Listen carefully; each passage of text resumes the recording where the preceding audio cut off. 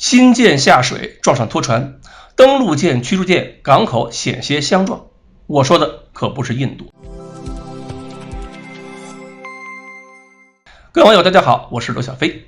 某大国海军呢，最近是该好好抓一下生产运行安全管理工作了。这几年各种荒唐事故开始增加，注意我说的是增加，所以不是指印度海军，因为印度海军的荒唐事故是不用说增加的，人家那个叫常态化。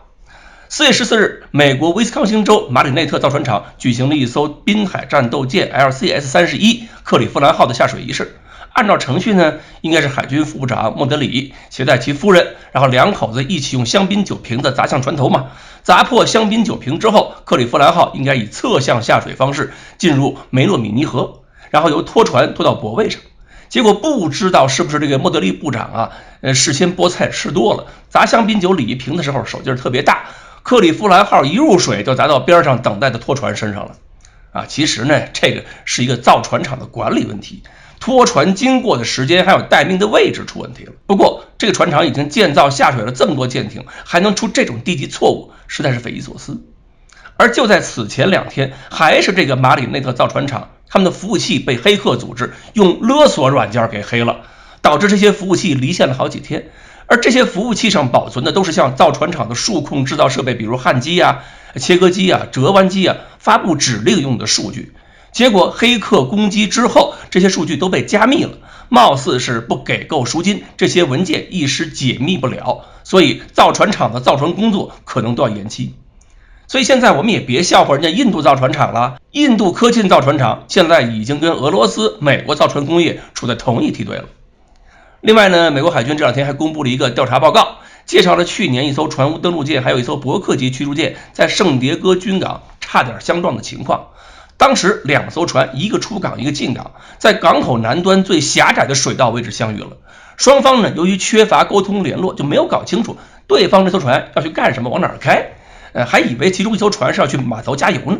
结果2艘船的舰桥上都出现了信息混乱，还有了错误指令。最后是登陆舰上2个值班的初级军官紧急下令左转，这才让2舰擦身而过。不然一艘17000吨的登陆舰拦腰撞上一艘伯克级的话，那可就够美国海军太平洋舰队喝一壶的。其实美国这样的老牌海军强国都有完整的安全制度，如果都能严格执行，本来情况不会这么糟糕。但是这些年美国海军舰艇撞山、撞渔船、撞货船的事儿屡屡发生，说明安全制度没有被严格执行。说到底这就是人为因素嘛。美国海军现在面临一个很大的问题是缺人2023财年海军征兵计划是要招37000人，但是预计招不够，可能海军上将说了要缺6000人左右。